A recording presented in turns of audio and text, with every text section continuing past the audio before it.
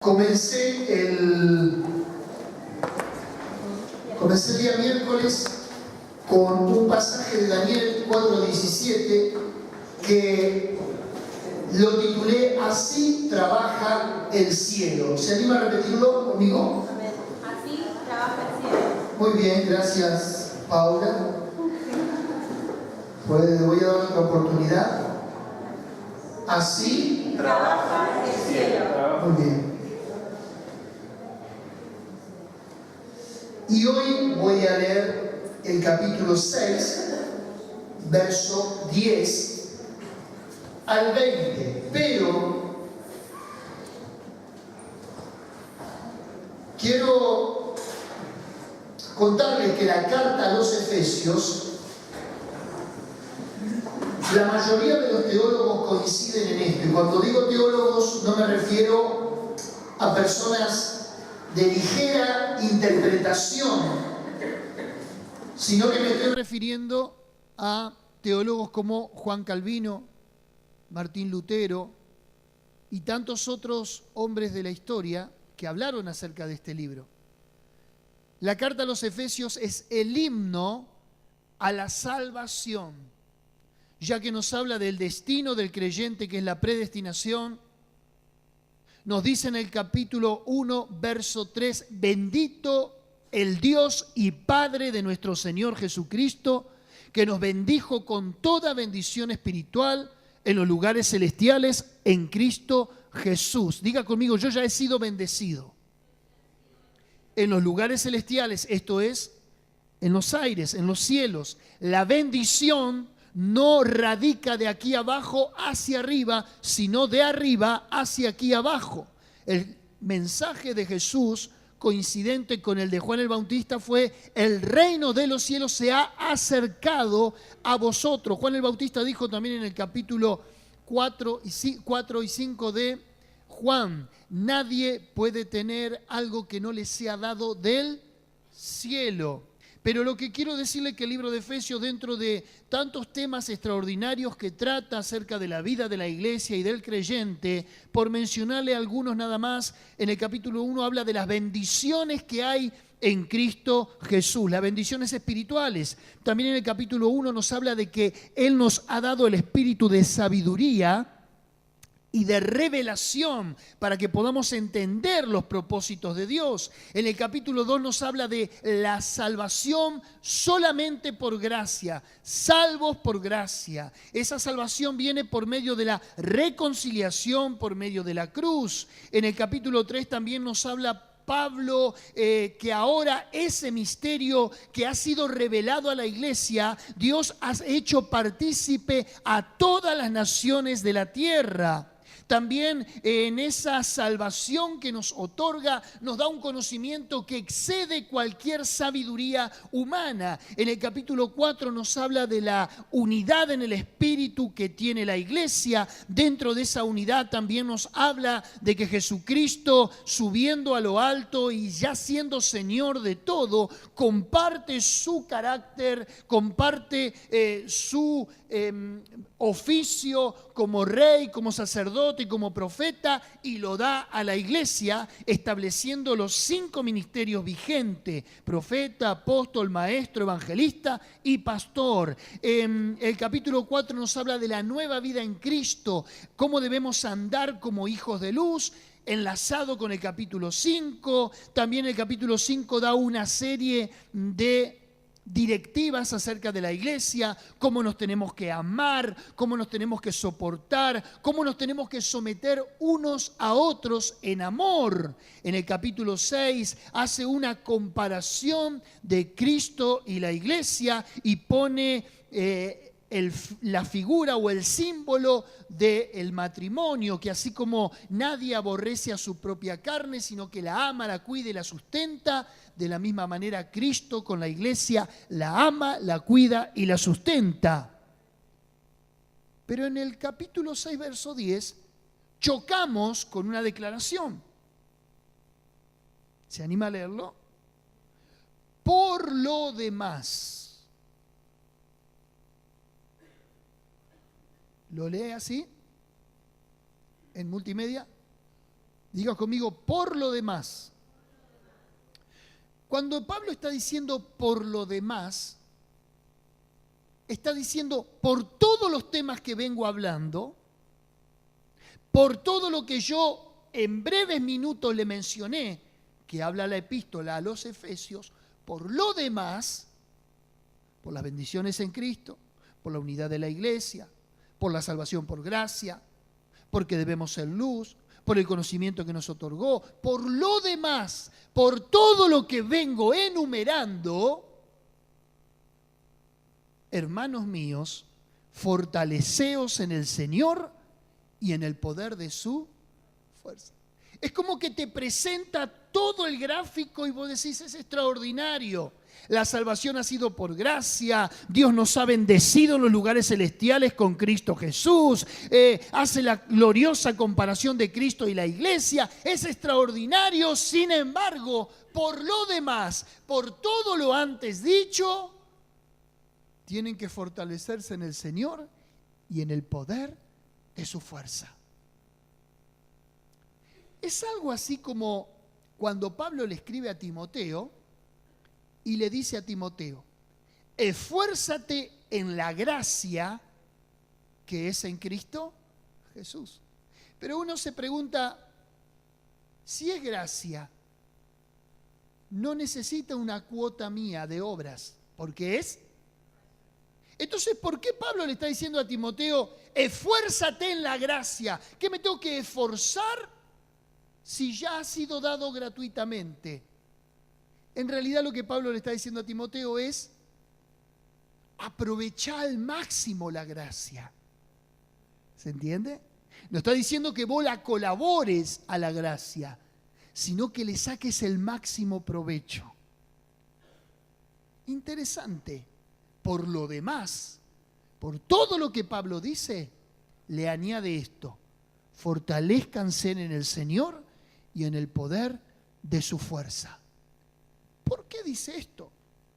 Porque supone el apóstol que a pesar de todo lo que Dios nos dio, todavía somos débiles. Todavía necesitamos la absoluta dependencia de Dios. Y va a decir, verso 11, sígame. Vestíos de toda la armadura de Dios, para que podáis estar firmes contra las acechanzas del diablo. Hay una armadura, hay acechanzas y hay un diablo. Sigo.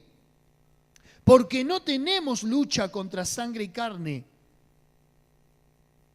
sino contra principados, contra potestades, contra gobernadores de las tinieblas de este siglo. Tradúzcase mundo, siglo, mundo.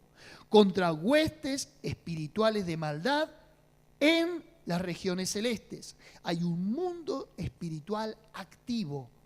Principados, potestades, gobernadores de las tinieblas.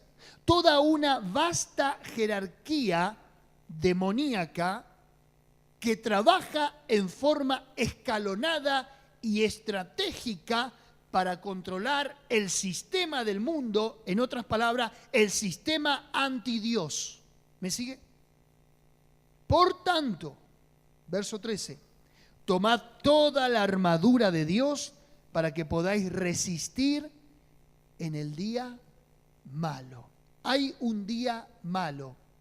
No es un día de 24 horas. El día malo puede llevar una semana, un mes, un año, varios años. El día malo es graficar el tiempo de conflicto y habiendo acabado todo, porque ese día malo tiene vencimiento. Ese día malo tiene fecha de vencimiento.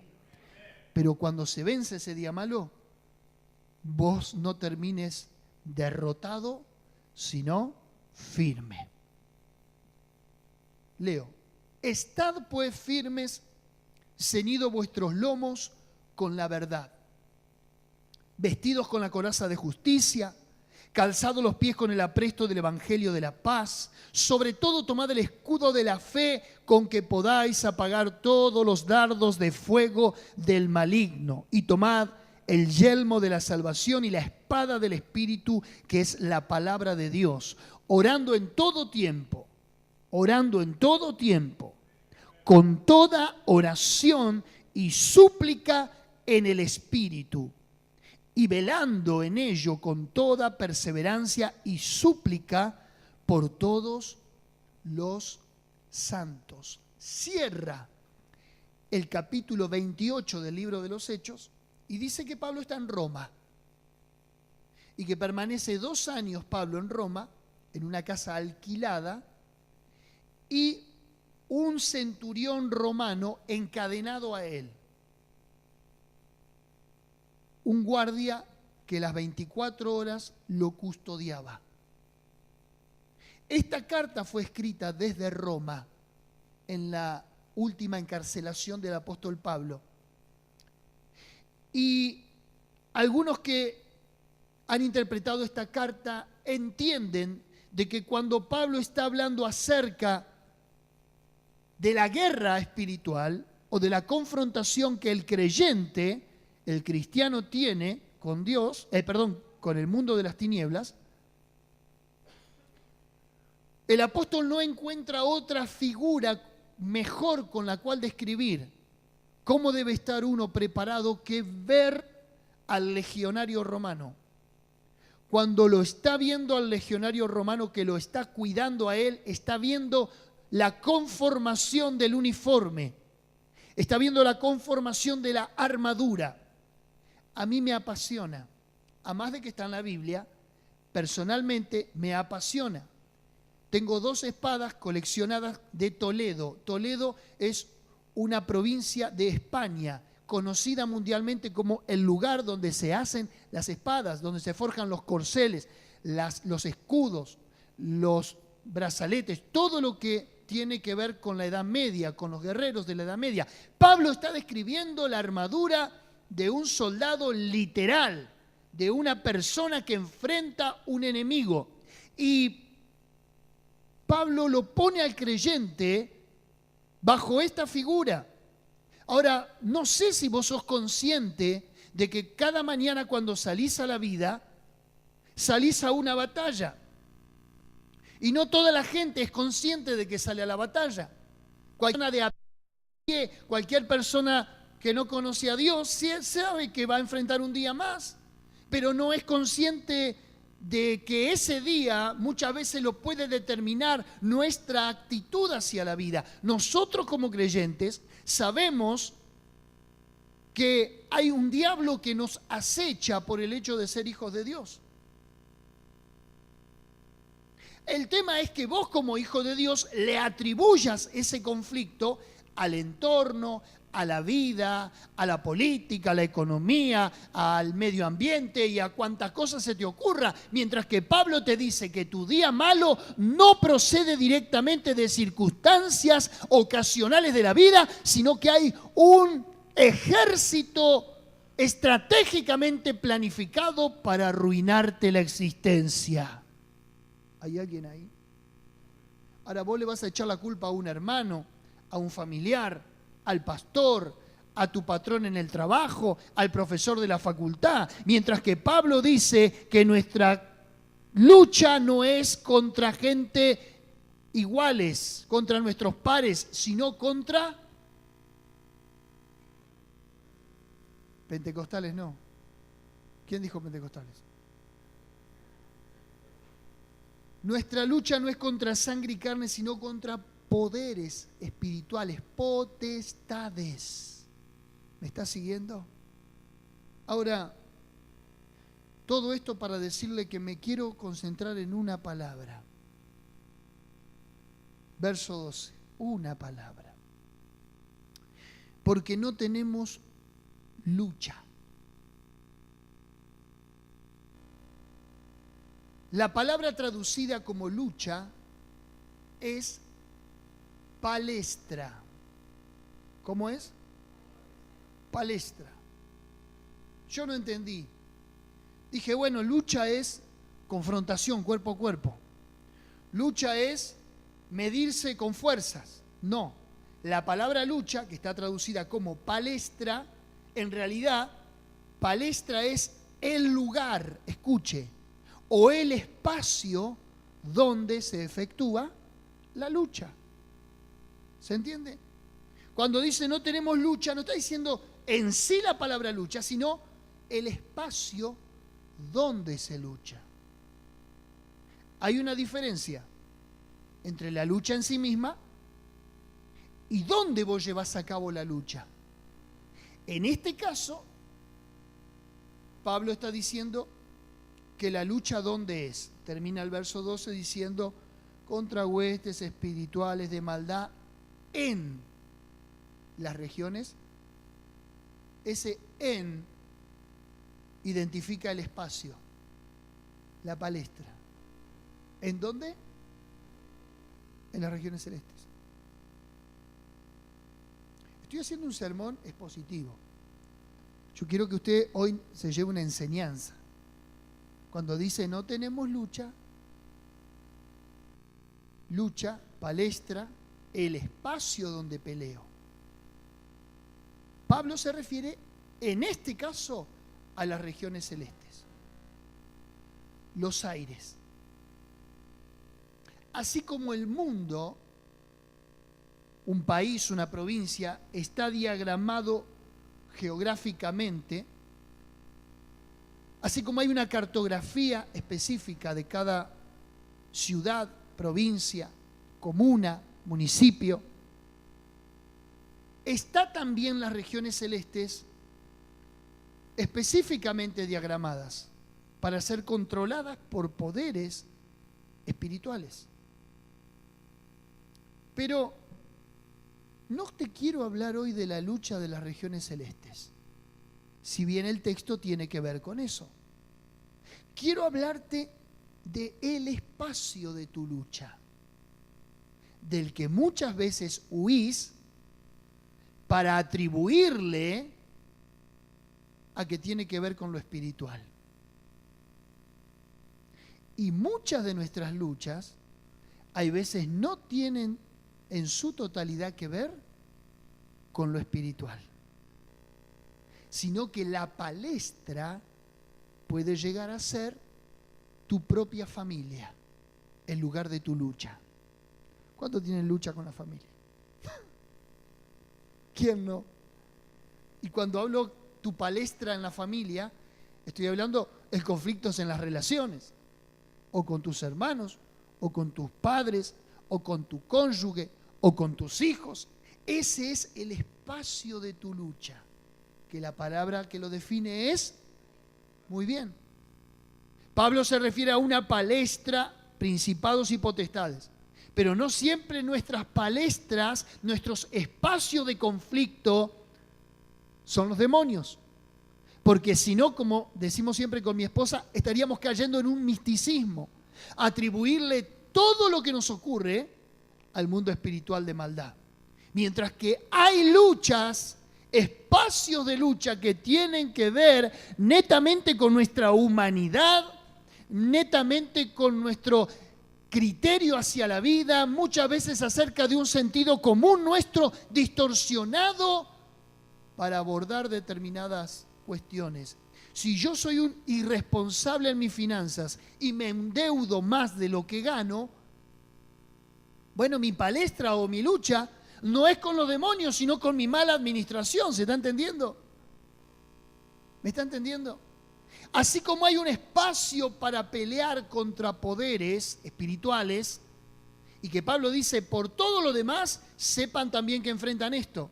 Pero también hay una palestra para la salud, en cuanto a que si vos haces un mal uso de tu cuerpo, de tu alimentación, o de tu falta de descanso, o de tu mala administración del cuerpo, tu palestra, tu espacio de lucha es tu cuerpo, tu salud.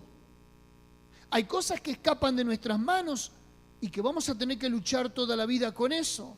Tu palestra también puede referirse a tu carácter, en dominar bajo el gobierno de Cristo en tu vida o bajo el dominio del Espíritu Santo, dominar tus impulsos.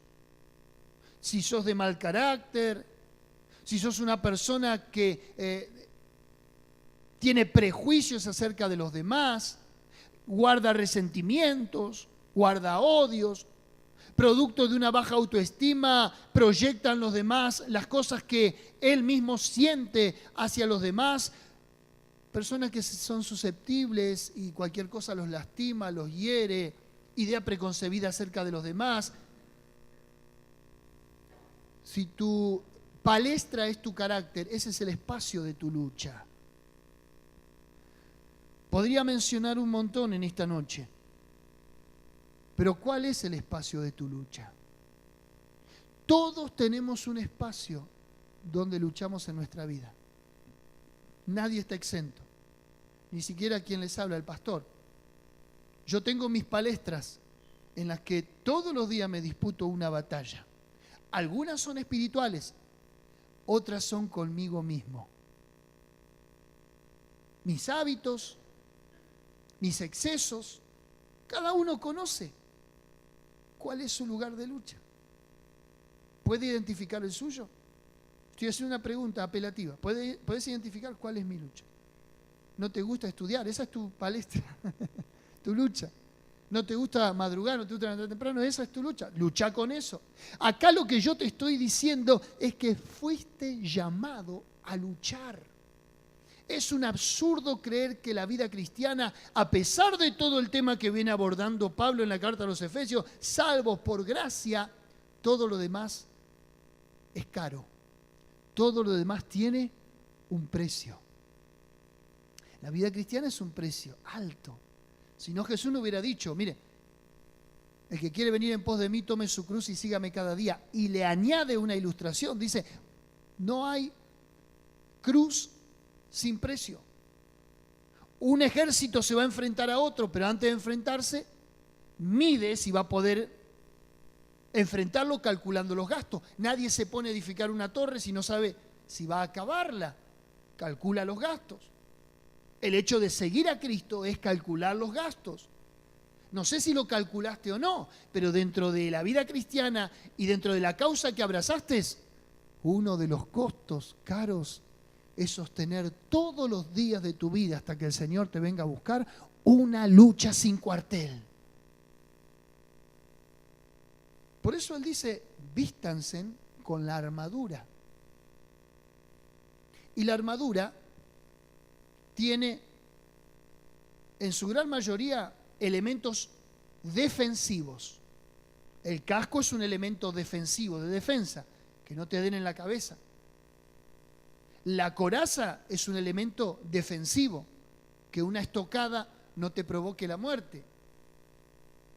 Las botas, el apresto del Evangelio de la Paz, es un elemento defensivo. El escudo es un elemento todo para defenderte. Pero hay uno solo que menciona que es el ofensivo. ¿Cuál es? La espada, que es la palabra de Dios. Ahora, interesante que todo lo que Pablo menciona tiene que ver con el frente de batalla, pero no con la retaguardia. No hay nada que te resguarde la espalda, porque se entiende que cuando un soldado está armado y fue llamado a hacer uso de ese oficio, es porque tiene que ir al frente y nunca darse la vuelta y retroceder, porque allí perdería la vida. Fuiste diseñado para librar esta batalla.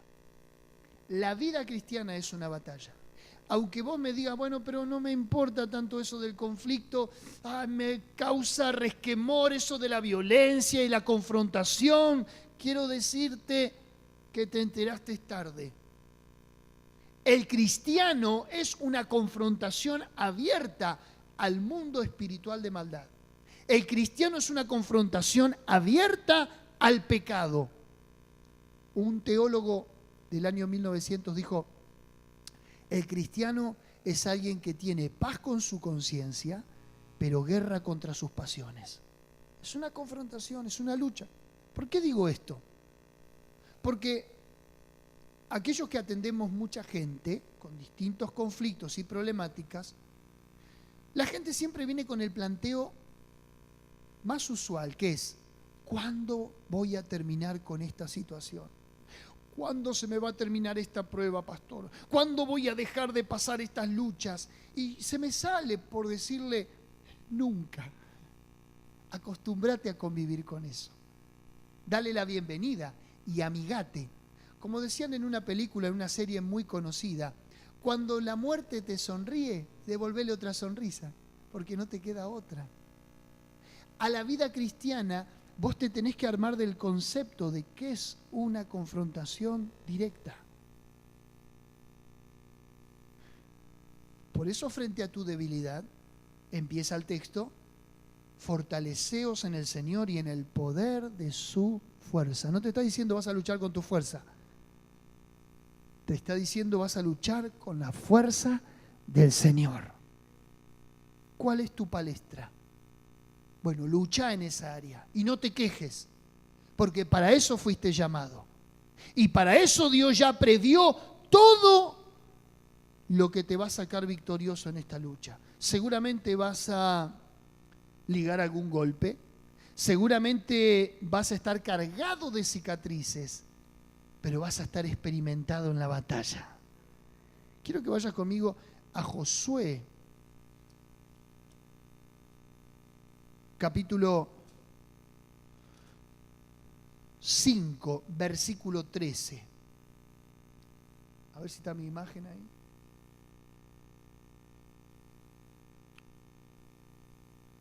Estando Josué cerca de Jericó, alzó sus ojos y vio un varón que estaba delante de él, el cual tenía una espada desenvainada en su mano. Y Josué, yendo hacia él, le dijo: ¿eres de los nuestros o de nuestros enemigos? Él respondió: no, mas como príncipe del ejército de Jehová he venido ahora. Entonces Josué, postrándose sobre su rostro en tierra, le adoró y le dijo: ¿qué dice mi señor a su siervo? Y el príncipe del ejército de Jehová respondió a Josué: quita el calzado de tus pies, porque el lugar donde estás es santo. Y Josué lo hizo así. Extraordinario. Esto se llama una cristofanía, la aparición de Cristo en el Antiguo Testamento. Este varón es Jesús, bajo la apariencia de un guerrero, era un ángel, estaba con la espada desenvainada. Josué, como alguien experimentado en la batalla, en la guerra, se acerca a ver si puede mediar condiciones de paz o someterlo. Entonces le pregunta algo muy obvio en aquellos tiempos: ¿estás con nosotros o sos de nuestros enemigos? ¿Podían hablar? Sí, porque muchas veces una guerra se negociaba el lugar, las veces que iban a enfrentarse. Si no había negociación, cada uno volvía a su línea de batalla y luego combatían. Era un hecho legal que se permitía. Ahora, Josué le pregunta: ¿de quién sos? No lo reconoce. Pero cuando este varón de la espada desenvainada le dice de parte de quién venía y para qué estaba en ese lugar, inmediatamente Josué entiende que es el ángel de Jehová, es la cristofanía. Y dice que se postró en tierra y adoró. Esto nos da a pensar que era un enviado de Dios, que es Cristo. ¿Qué dice mi Señor a su siervo? Está dispuesto a recibir órdenes, a someterse. Ahora, el príncipe del ejército de Jehová le respondió a Josué: quita el calzado de tus pies, porque el lugar donde estás es santo. Por dos cosas se le apareció este ángel a Josué. Primero, para demostrarle de que no estaba peleando solo. Primero para demostrarle que el Señor era el que estaba peleando por esos ejércitos. Ahora te hago una declaración. Que el Señor esté peleando de tu lado no te exime del conflicto, ni te aparta de la lucha. Te lo voy a volver a decir. Que el Señor esté peleando de tu lado no te exime del conflicto y no te aparta o te deja fuera de la lucha. Porque vos podés decir, bueno, si Cristo está conmigo, ¿por qué tengo que atravesar esto? Si el Señor está conmigo, ¿por qué me atacan los demonios? ¿Por qué la tentación? ¿Por qué el mundo? ¿Por qué el pecado? ¿Por qué? El hecho de que el Señor se apersone y te diga que está de parte tuya y que tenés la victoria asegurada, así todo te hace tener la experiencia de la confrontación para que aprendas a depender de Él. Pero lo interesante es lo segundo, que le dice, quita el calzado de tus pies, porque el lugar donde estás es santo. Hay dos interpretaciones. La primera, que todo lugar donde se apersonaba el ángel de Jehová, lo convertía en un lugar sagrado. Pero lo segundo, mi interpretación, es que Él santifica el territorio del enemigo. Él santifica aquellas áreas que a vos te van a tocar conquistar, que a vos te van a tocar pelear. ¿Sabés qué? Si Él santifica y llama al lugar santo el territorio de tu enemigo, es porque ya es tuyo. Pelea y tomalo tranquilo, porque el Señor ya te lo ha concedido. Qué interesante, todavía no habían peleado. Y el Señor le está diciendo ya, este lugar ya te pertenece. Este lugar ya es santo. Este lugar ya ha sido consagrado. Y todavía Jericó estaba en manos de los cananeos. ¿No será que el Señor va delante nuestro y ya te está anticipando que todas las luchas que tenés ya Él las ha convertido en victoria? Pero Él necesita tu protagonismo. Él necesita tu pelea, tu batalla.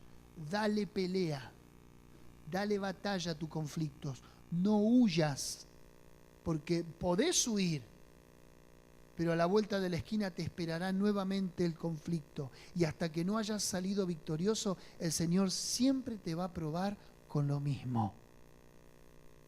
Vas a estar dando vueltas y te vas a convertir en un cristiano evasivo, cuando Dios quiere que seas un cristiano invasivo. Pero hay algo más que quiero decirte. Hay batallas equivocadas que estás peleando. Hay batallas que no te corresponde pelearlas. Y vos te metés a pelearlas. Quiero que vayas a Primera de Reyes, capítulo 22.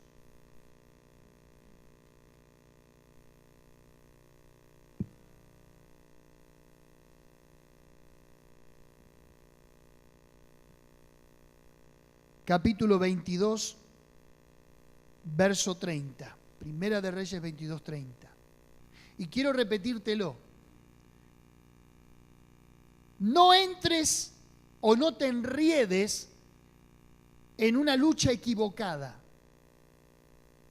porque tu armadura no responde cuando la lucha no te corresponde. Dice, el rey de Israel dijo a Josafat, el otro rey. Un rey se alía a otro rey para ir a pelear, para ir a ayudarlo. El rey de Israel dijo a Josafat, rey de Judá, yo me disfrazaré y entraré en la batalla, y tú ponte tus vestidos. Y el rey de Israel se disfrazó y entró en la batalla. Mas el rey de Siria había mandado a sus 32 capitanes de carros diciendo, no peleéis con grande ni con chico, sino solo contra el rey de Israel. Cuando los capitanes de los carros vieron a Josafat, dijeron, ciertamente este es el rey de Israel. Y vinieron contra él para pelear con él. Mas el rey Josafat gritó. Viendo entonces los capitanes de los carros que no era el rey de Israel, se apartaron de él.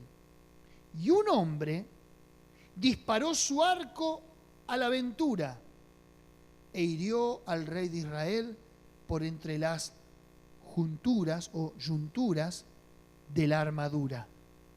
Por lo que dijo él a su cochero: da la vuelta y sácame del campo, pues estoy herido. Esa misma tarde murió. ¿Por dónde le entró la flecha? Por una hendidura de la armadura. Por alguna abertura, por algún área vulnerable. Alguien tiró la flecha y le entró. Esa flecha venía con una dirección. Esa flecha, si tengo que ser honesto con el contexto, venía de parte de Dios. Ese día era el día de la muerte de este rey. Pero viéndolo con los ojos naturales, casualidad que esa armadura tenía baches, que esa armadura tenía lugares vulnerables. Él dijo: me voy a disfrazar para que no me reconozcan. No quería exponerse como el rey. Sin embargo, estaba peleando una batalla equivocada. No le correspondía estar ahí. Y quiero decirte que cuando vos peleas una batalla que no te corresponde, vas a salir herido. Ahí no estará Dios peleando a tu favor. Hay batallas en las que nos enredamos y decimos: ¿para qué me meto? ¿Quién me llamó? Y cuando salís perdiendo, encima le decís al Señor: ¿por qué, Señor? ¿Quién te metió en ese conflicto? Pelea tus propias batallas, pero no las de otros. Y esto trasladalo a la palestra que quieras. Acordate que la palestra era el espacio donde se lucha, no la lucha en sí. Muchos de nosotros tenemos hendiduras en la armadura porque no es la batalla a la que Dios nos llamó. Tu batalla no es con la economía. La economía ya la resolvió el Señor cuando dijo: decida al justo que le irá bien y que comerá del fruto de sus manos. Tu batalla no es contra la murmuración. En Isaías 54 dice, verso 17: ninguna arma forjada contra ti prevalecerá, y yo condenaré toda lengua que se levante contra ti en juicio. No te enriedes contra los que te critican. No respondas con crítica. El Señor condenará esa lengua. Ahora, interesante cuando dice: ninguna arma forjada contra ti prevalecerá. ¿Sabe lo que es un arma forjada? Un arma que todavía no fue hecha. Un arma que todavía no fue diseñada. Se la está pensando, pero todavía no fue concretada. Quiere decir que toda intencionalidad que el enemigo tenga acerca de vos para hacerte caer o para atacarte, ya será frustrada antes que se emita la propia arma. ¿Estás entendiendo? Ninguna arma forjada que todavía no fue hecha contra ti prevalecerá. Digan conmigo: que haga todas las armas que quieran, todas las armas se le frustrarán. Interesante. ¿Tu palestra cuál es? Bueno, dale pelea. Dale pelea. Pero no le des pelea desde tu naturaleza, ni con tus fuerzas. Escucha: fortaleceos en el Señor y en el poder de su fuerza. Segundo, no salgas a pelear sin la armadura. Así como la armadura te dije que tenía 4 elementos defensivos y 1 ofensivo, también esa armadura, y con esto cierro, revelan cada cosa que Cristo hizo por nosotros. La coraza de justicia. Por la justicia de Cristo, nosotros somos justos. Nos fue endosado a nuestro haber, ¿sí?, la justicia. Él se hizo pecador por nosotros. Pero dice que tiene los lomos ceñidos con la verdad. Siempre que vos camines en la verdad, que la verdad es el Evangelio, pero también la verdad es la integridad con la que uno camina delante de Dios y delante de los hombres. El escudo de la fe, con la fe que te ha sido dada por Cristo también, el autor y consumador de la fe, Hebreos capítulo 11, es con lo que podés apagar toda mentira del enemigo, porque el enemigo te tira dardos de engaño. ¿Sabés lo que es temor? Un supuesto. Algo que no aconteció, sin embargo, vos lo estás gestando en tu mente como algo ya hecho. Eso es temor. Predisponerte a un supuesto. Decilo conmigo. Temor, me gusta porque Sandra anota todo. Temor, ¿sí?, es una idea preconcebida de un supuesto. Algo que todavía no ocurrió. Tengo temor de esto. Pero ya te pasó. No, pero tengo temor. Bueno, todavía no ocurrió. Es un supuesto. Y un 80% de nuestros temores nunca se cumplen. Porque que eran un supuesto. Ahora, el enemigo te tira esos dardos. Te siembra la semillita de mentira. Y vos la regás dándole curso, dándole crédito, poniéndole ficha, y la regás, eso se termina siendo una fortaleza, un supuesto, algo que no va a ocurrir, pero que vos te lo creíste y ya saliste de la batalla antes de pelearla. Pero también dice que tenemos el apresto del Evangelio de la paz. El Evangelio son la novedad, las buenas noticias. ¿Y qué más poderoso frente a un pronóstico negativo? Una buena noticia. La buena noticia cancela lo negativo. Así que mirá el poder que tiene el Evangelio de la paz. Y voy a concentrarme en la última y ya te dejo descansar. La espada del Espíritu. ¿Qué es? ¿Y cuál es la palabra de Dios? Esta es la Escritura. Cuando dice tomar la espada del Espíritu, que es la palabra de Dios, ahí palabra no aparece como logo, que logo es palabra en griego. Ahí aparece por primera vez la palabra que se traduce como rema. R-H-E-M-A, rema. La palabra de Dios ahí no es la Escritura, sino la palabra del Espíritu. ¿Cuál es la palabra logos y cuál es la palabra rema? La palabra logos es la que vos leés. Pero ¿cuándo esta palabra logos se transforma en una palabra rema? Cuando Dios te da la palabra específica para un momento específico. Es cuando te viene de parte del Espíritu, algo que no leíste de la misma palabra, pero te viene al Espíritu y con esa palabra confrontás, con esa palabra rebatís, con esa palabra invalidás todo acto contrario que venga hacia tu vida de parte del enemigo.